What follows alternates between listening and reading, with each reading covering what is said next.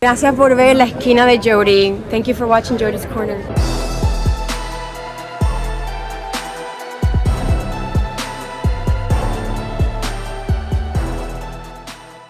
Superman is coming, and it's almost in theaters. And as a lifelong Superman fan, I couldn't be more excited.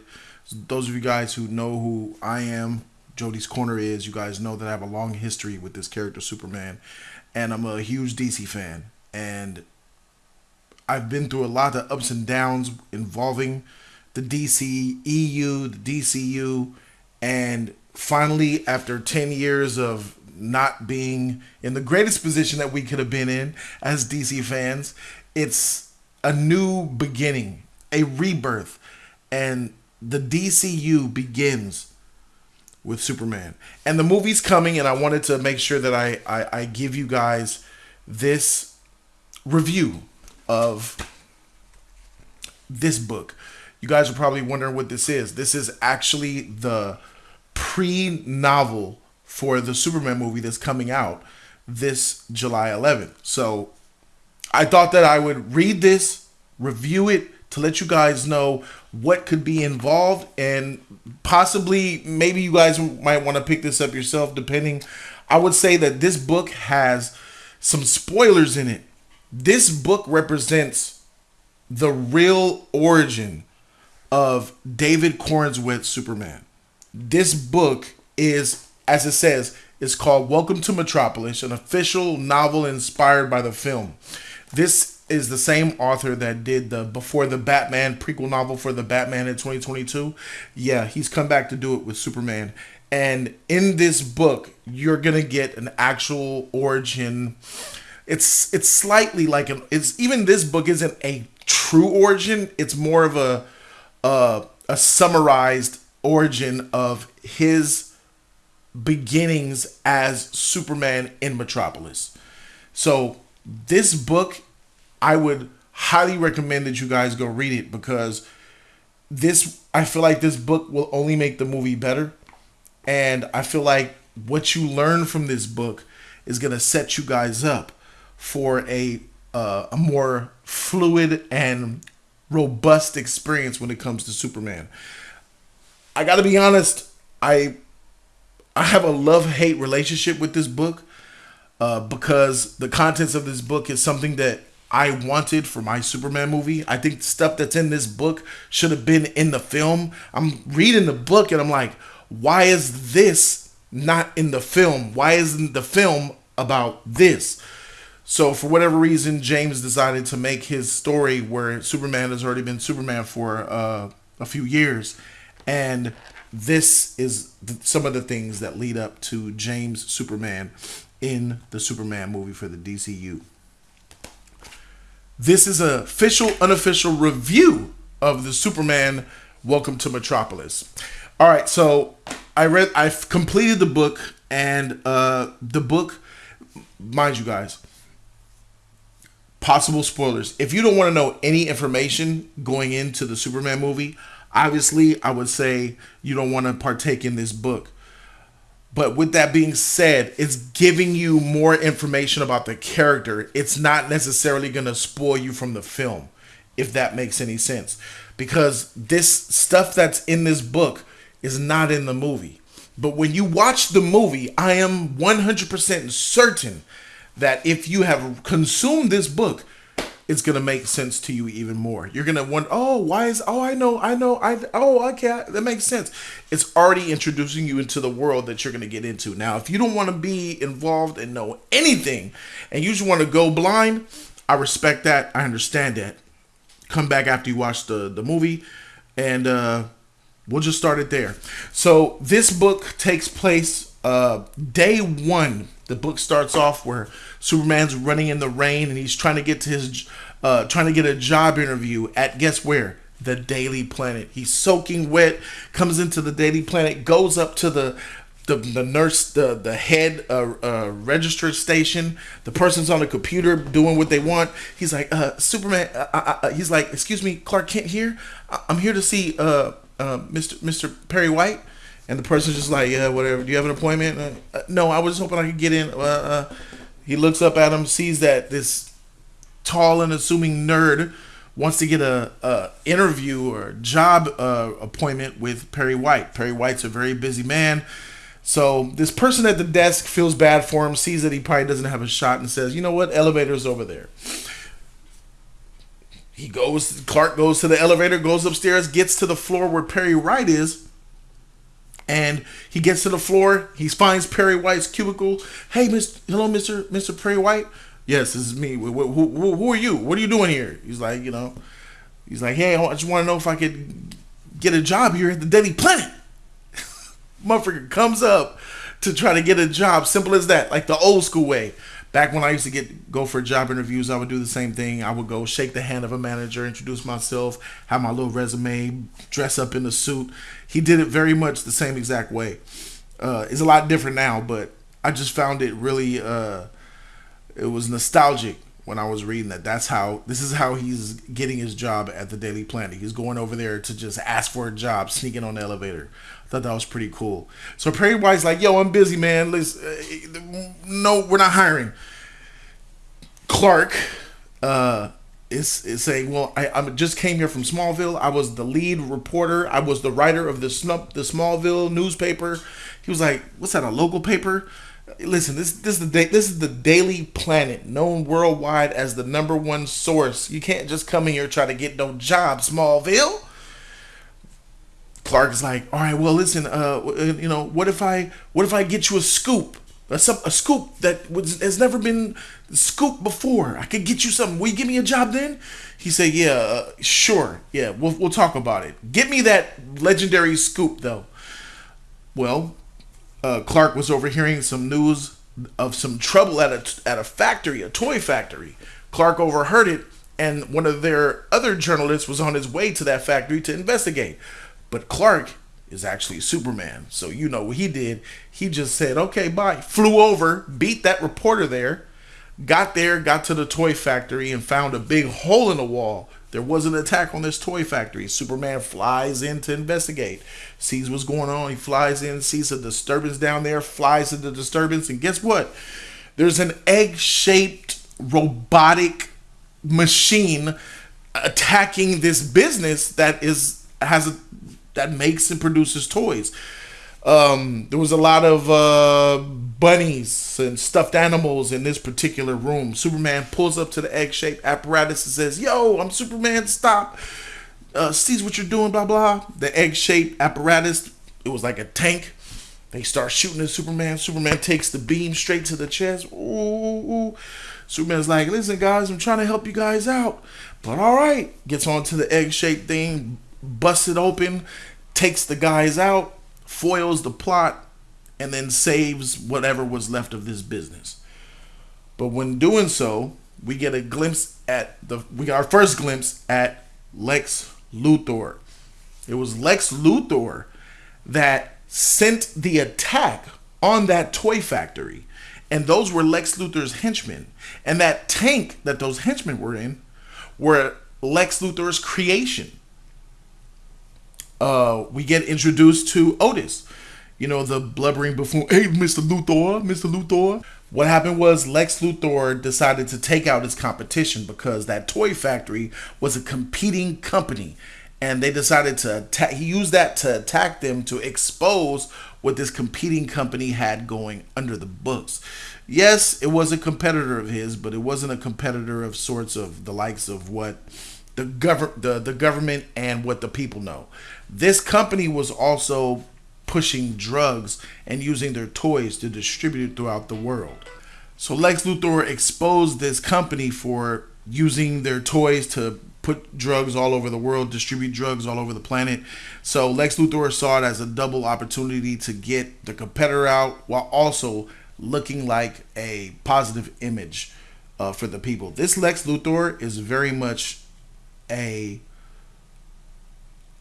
two-faced, maniacal supervillain. This is who this Lex Luthor is. We get our first glimpse into his ideology and his mindset, and I like it. He reminds me, this Lex Luthor, a lot of the Lex Luthor from the Justice League animated cartoon.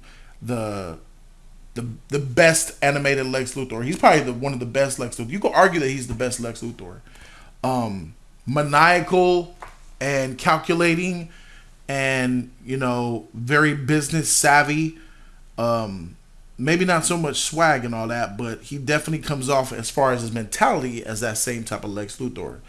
So then, Superman gives the report to Clark. Clark comes back to the Daily Planet, says, look, I have pictures, I have this. Superman. Perry's like, who's Superman? I got photos, I got this and all that. Here's the story. The reporter that was supposed to get there comes back and says, I had no access.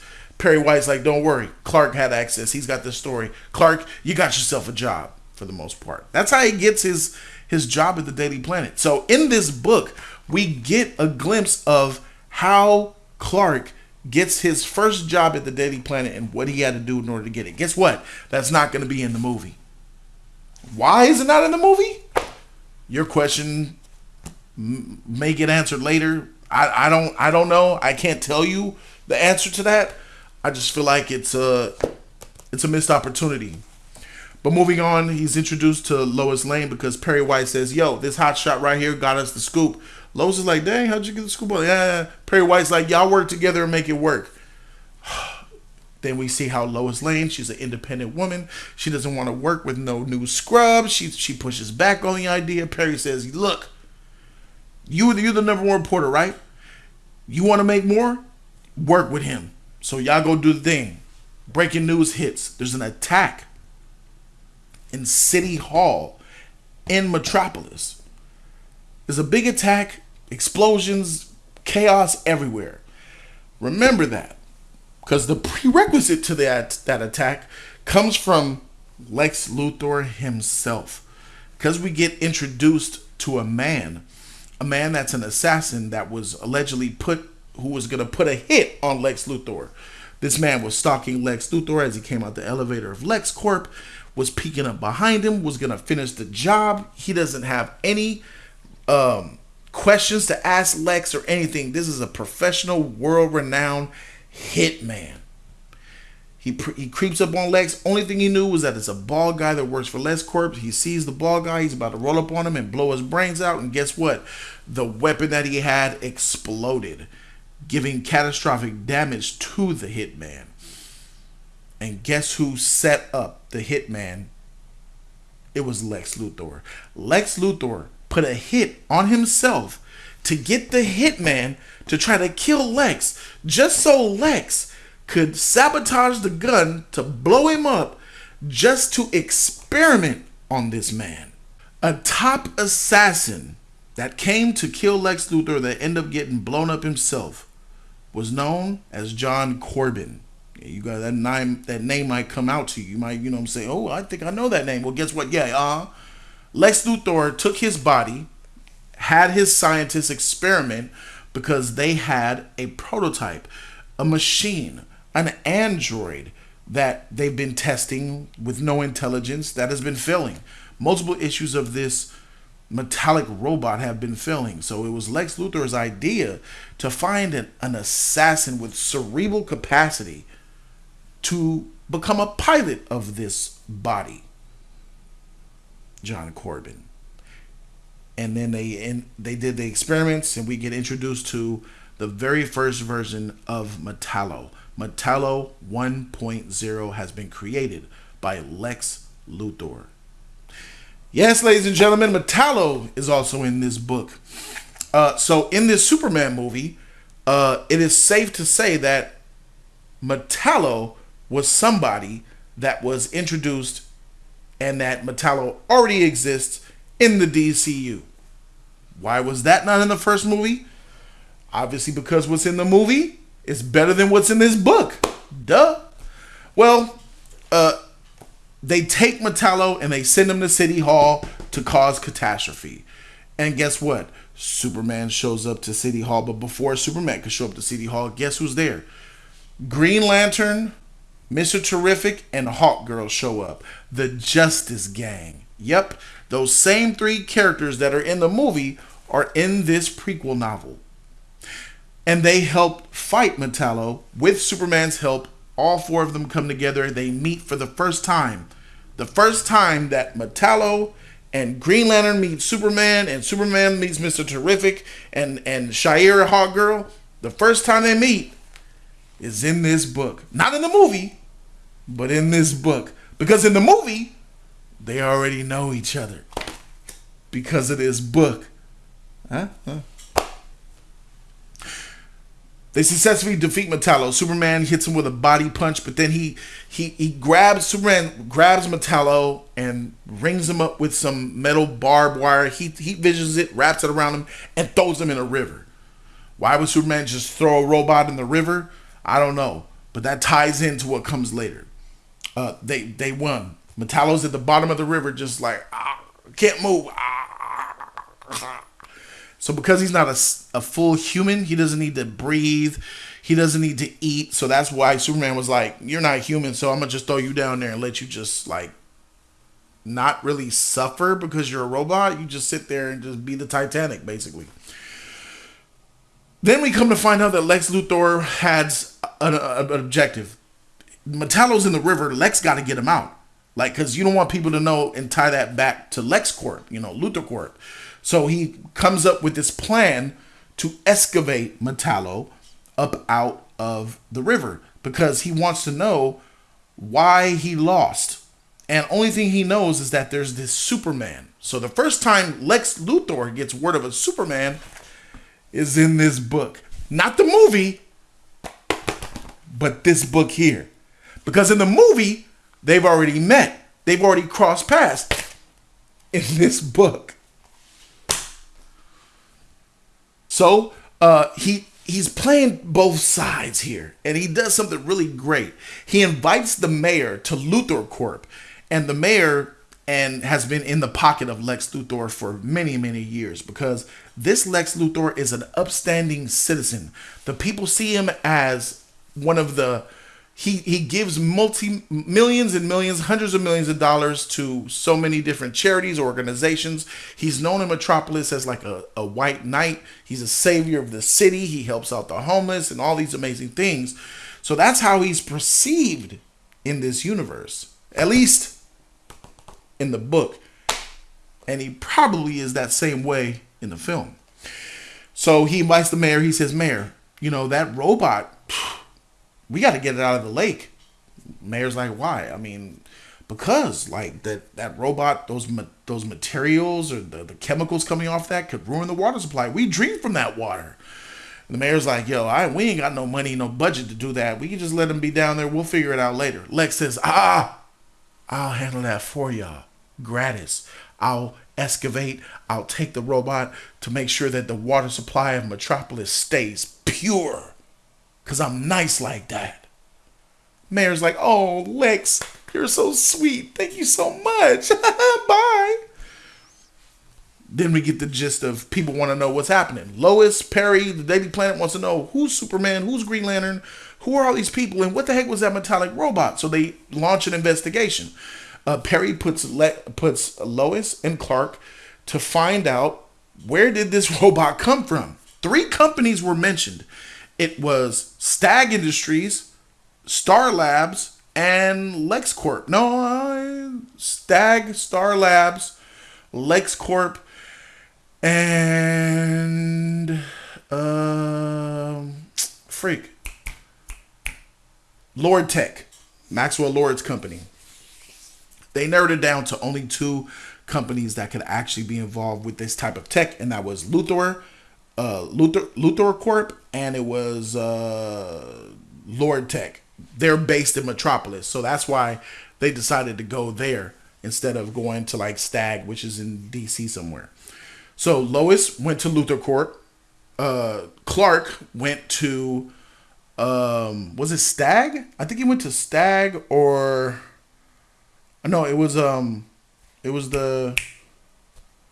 Lord Tech, I believe. If I'm not mistaken. Anyway, he gets there. The receptionist says, Clark Kent's here to see you. He's in this big lab behind the door. You can't see nothing. And the guy behind the door is like, yeah, I'm busy. But he has an appointment. All right, he opens the door and says, "Go away." He shuts the door. This is a busy guy that whoever is running this facility.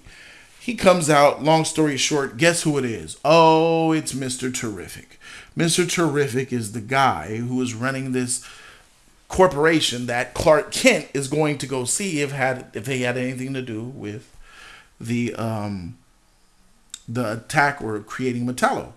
Mr. Terrific, in his civilian disguise, says, "Go away. I ain't dealing with y'all. F you. I'm going. I got to go back to my work. Come back in a month." And Clark leaves. Seconds later, there's a tap at the window. Guess who it is? It's Superman hovering out the window. And then Mr. Terrific opens the window, says, "Freak, come on in. How can I help you?" Superman's like, "Yo, we need to find out where that robot's coming from that we fought earlier." Mr. Terrific like, "I don't know nothing, man." They have a conversation to the point where Mr. Terrific insinuates that there's only a couple of companies that could do that. It ain't him and his company, because he knows that, hey, I'm Mr. Terrific. I'll help you fight this thing. The only other option was Lex Luthor from Lex Corp. Superman instantly thinks, "Oh my God, Lois just went there to interview Lex. I gotta go." Pew! Speeds over. Flash forward to where Lois Lane is there interviewing Lex. "Hi, Miss Lane." He's doing, "Hi, would you like to sit on my soft chair? Would you like some coffee, an espresso, a whiskey, some fresh water?" Lois says, "Give me tap water." Otis brings in some tap water in a very fine, luxurious little setup, and she sips the tap water real quick. You know what I'm saying? "How can I help you, Miss Lane?" She's asking like, "Yo, do you know anything about this metallic robot?" He's like, "No, absolutely not. I'm actually here to help." "So why are you plunking it from the river?" "Obviously, I'm trying to help the water supply here. You know, I obviously do many things for this city." "Oh yeah, well, anything you say, anything about no, playing the game. You know what I'm saying? Just guess who barges through the door? It's Clark Kent. Clark, new booty Clark. "Hey, Lois, are you okay?" Lex Luthor like, "Is she okay?" Lois is like, "Am I okay? What do you mean, am I okay? I'm doing my job here." So he kind of barges in on an interview, pisses Lois off. And then Lex says, "Hi, I'm Lex Luthor." They finally shake hands. Clark Kent and Lex shake hands, and they meet officially. Clark Kent and Lex Luthor in this book. Not the movie, but in this book. So then Lex Luthor gets upset because a new booty reporter barges in and asks if Lois is okay when I'm the savior of the city. He says, "This interview is over. You guys can go." Lois is like, Can I be there with my photographer Jimmy Olsen to photograph when you take Metallo out the river?" He says, "It's very safety concerns prohibit me from letting you be there. So no, have a good day." Blah, blah, blah. That gets done. Now we're at a point where it's like Superman, Clark is suspicious of Lex Luthor. Lois Lane kind of is a little bit. Lois is pissed. Lois is giving Clark the cold shoulder, like, you just been annoying me, bro, and all that. Perry was forcing me to work with you. And then Jimmy says to Clark, yo, when they get back to the Daily Planet, Jimmy says to Clark, "Yo, you pissed Lois off, man. What did you do?" He said, "Man, I might have barged in. I made her upset. It's just so bad." He said, "Listen, you need to talk to Lois, bro, and fix that." He was like, "All right, yeah, you're right." Clark goes over to Lois's cubicle. Lois is there typing, not even looking up at him. He right here. She's just typing. "Lois, I think that we should. I'm real busy, Clark. Lois, can we talk? Can we go to the coffee shop, Lois? Why can't we talk here then?" He's like, "Look, there's an empty office then. Let's talk here." And they go in the empty office. He tells her, "Lois, I'm sorry for doing that." She was like, "Listen, I'm a woman. I could take care of myself. I'm in Metropolis. Us women in Metropolis, we do things different here. Not from like where you are in Smallville, where you gotta wait on every little woman and treat her like a damsel." He said she said that don't fly here in Metropolis. So Lois is very much who she is. She's an independent woman who is also, she's coming off as someone who's threatened. Her job feels threatened because Clark, since getting here, has been thrown into her life. And she don't get down like that. She's used to being cutthroat. And then Clark is saying, "I'm sorry." And there was a facial expression that Clark gave of real remorse. And then Lois saw it and she started to soften and says, "Look, Clark, I understand how it is, but a girl like me gets in my position for being tough or for being a jerk sometimes. So I understand, and I really thank you for apologizing, and we're good now." So they got on good terms or whatever. Boom, boom, boom. She was already upset that Clark told Lois that Superman will only interview Clark.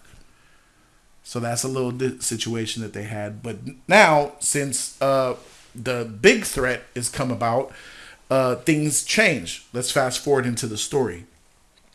Lex Luthor takes a submarine. Him and Otis take a submarine down into the harbor. They extract Metallo. Metallo wants to kill Luthor for all the things that he's done.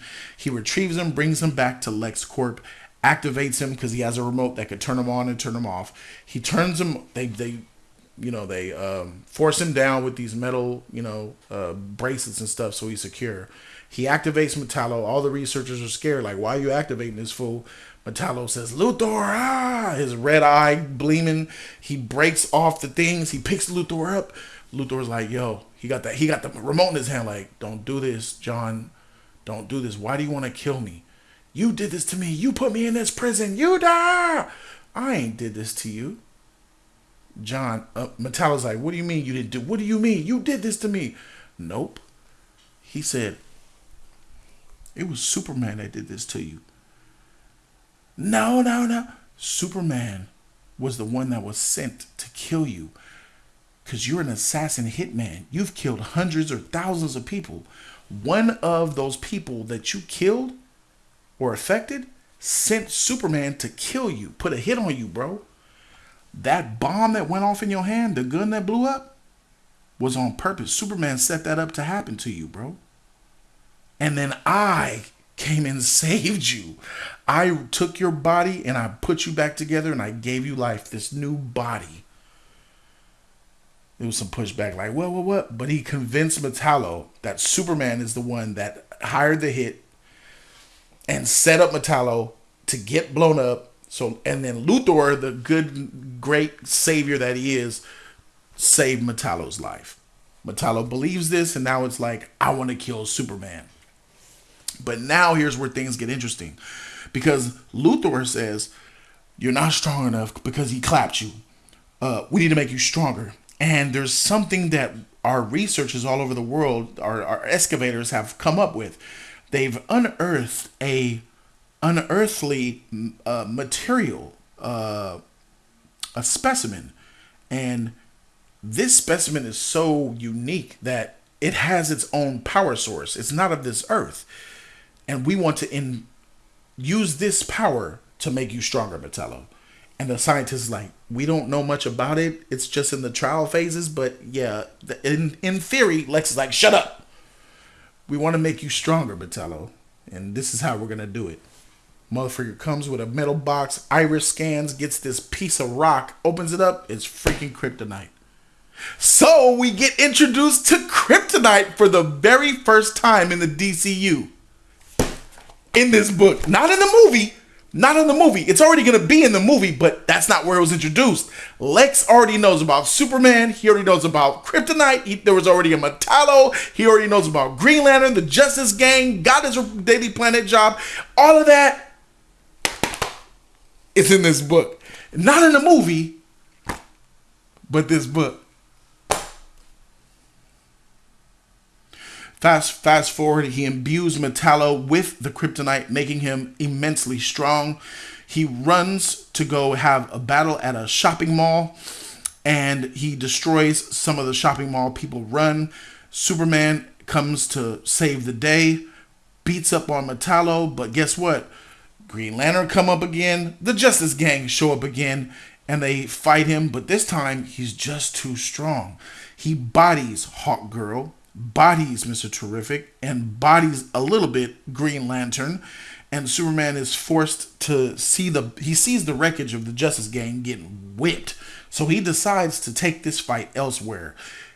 Unlike Superman 2, he took the fight to a rural area 5 miles outside of Metropolis. Metallo followed him. They had the battle, but for some reason Superman is feeling weak, and he notices that his red eye isn't red anymore. It's green. And for the first time, Superman gets introduced to the effects of the kryptonite.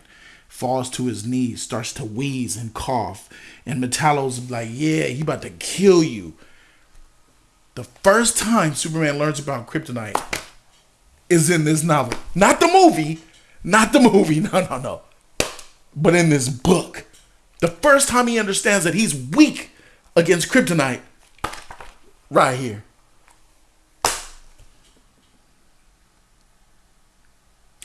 He's about to get plunged with a two-handed Vegeta to Goku and Super Saiyan Majin, knock you out.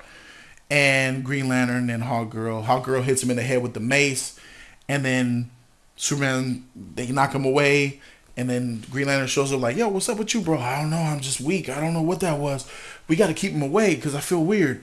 He's like, all right, for sure. Let's come up with a plan. Metallo's running, lunging at them. Rah! Superman does a concentrated burst of wind. And Metallo's like, fuck. But he puts his head down and he keeps to go. Shahira and Hawkgirl says, freak it, I got you. Keep blowing, Superman. She flaps her wings, adding more wind to Metallo.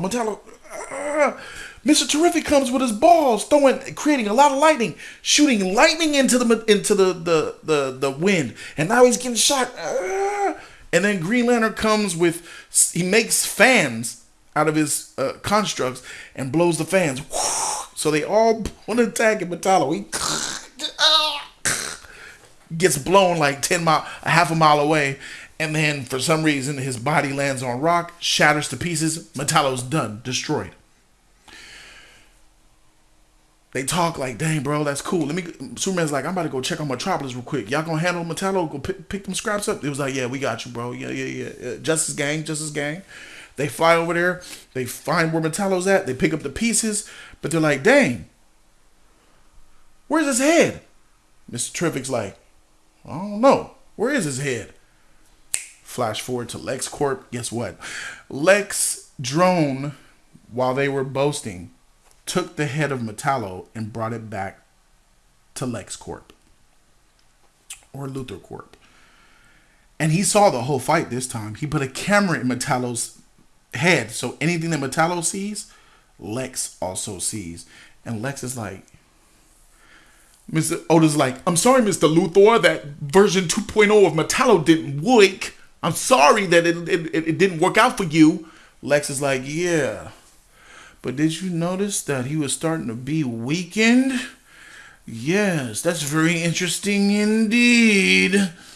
So that's when Lex Luthor finally decides and comes to the realization that Superman is weak against kryptonite. In this book. Not the movie, though. No, not the movie. Lex Luthor finds the weakness and finds the kryptonite, finds the weakness of Superman, fights him twice, understands, thanks to this book.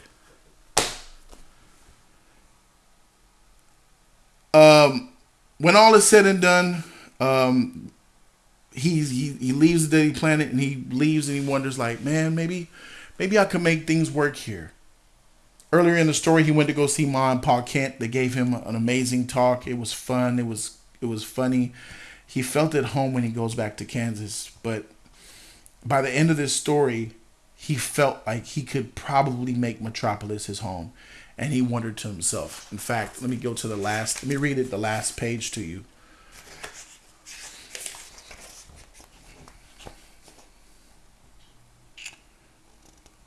Lois ran up. Superman, Lois Lane of the Daily Planet. How about an interview? Well, Superman said, folding his arms at his chest, I'm afraid I've already promised your colleague Clark Kent an interview. Lois says, all right. You two have an arrangement. That's right, Miss Lane. He gets first crack at my interviews before any other reporter. But he told me to make an exception in your case. What? He did? Yes. He also said you were the best reporter in Metropolis. Clark said that? Lois was even more surprised. And that he was extremely grateful to you for your guidance, Superman continued. So, what are your questions? Fire away. This is going to lead up directly into the opening scene that we've seen from the trailer where Lois is interviewing Superman. So, you give me a read? Yeah. Go ahead, Cronkite. This leads right into the film. This book is absolutely canon. This is the last part. When he returned to the Daily Planet offices, Clark was a little worried about how he was going to explain where he disappeared during the battle with Metallo. But Lois didn't ask him. She was too busy writing up her story based on her interview with Superman. When he passed her desk, she glanced at him and gave him a quick smile. He smiled back. That evening, as he left the building, Clark looked up at the spinning planet over the front door, and he thought, I'm not from this planet, but maybe in time, I can fit in. That's the last excerpt from the book. And it just shows a bright, shining example of what a hero can be in Metropolis if he has perseverance. I really like this read. It was a really good read, and I gotta say, like, I recommend that you guys read this book, because this will make the movie better for you. And if Superman ends up being a bad movie, this book will make that movie much, much worse. So it's a double-edged sword. I still say I recommend it. There was no way I wasn't going to read this after finding out through a caller calling me and spoiling me that Metallo was in this book. Completely cooked me. So overall, if I was to, this is a prequel junior novel. It's not a full novel, so it's not fair to like give it like a comic book review as far as a novel is concerned. But this would be like a 3-issue trade paperback. I would say I thought this was a great example of what Superman is and his aspirations, and I would give this a B+. I really, really enjoyed this. Superman Welcome to Metropolis. It's about $8 to $10 on Amazon. You can go ahead and grab it, and yeah, that's how I feel about this. I will give you guys another video talking about my final expectations before watching Superman. I want to let you guys know that coming up, the next live streams this weekend for Superman, a lot of the subscribers are coming to the JC house. We rented out a big house in LA, and everyone's going to be spending the whole weekend with me watching Superman, playing games, barbecuing, chilling, coming up with discussions and movie reviews. It's going to be a very fun time. So you should probably subscribe to Jody's Corner now if you haven't already subscribed to the channel, because that's going to be a great weekend. This weekend is going to be a great weekend for content. So I'll be live a lot. And if you want to see more of me and some of the shenanigans that we're probably going to get into, definitely hit the subscribe button and turn on all your notifications. Thank you so very much. DC rises, and I'll see you guys in the next video. Deuces.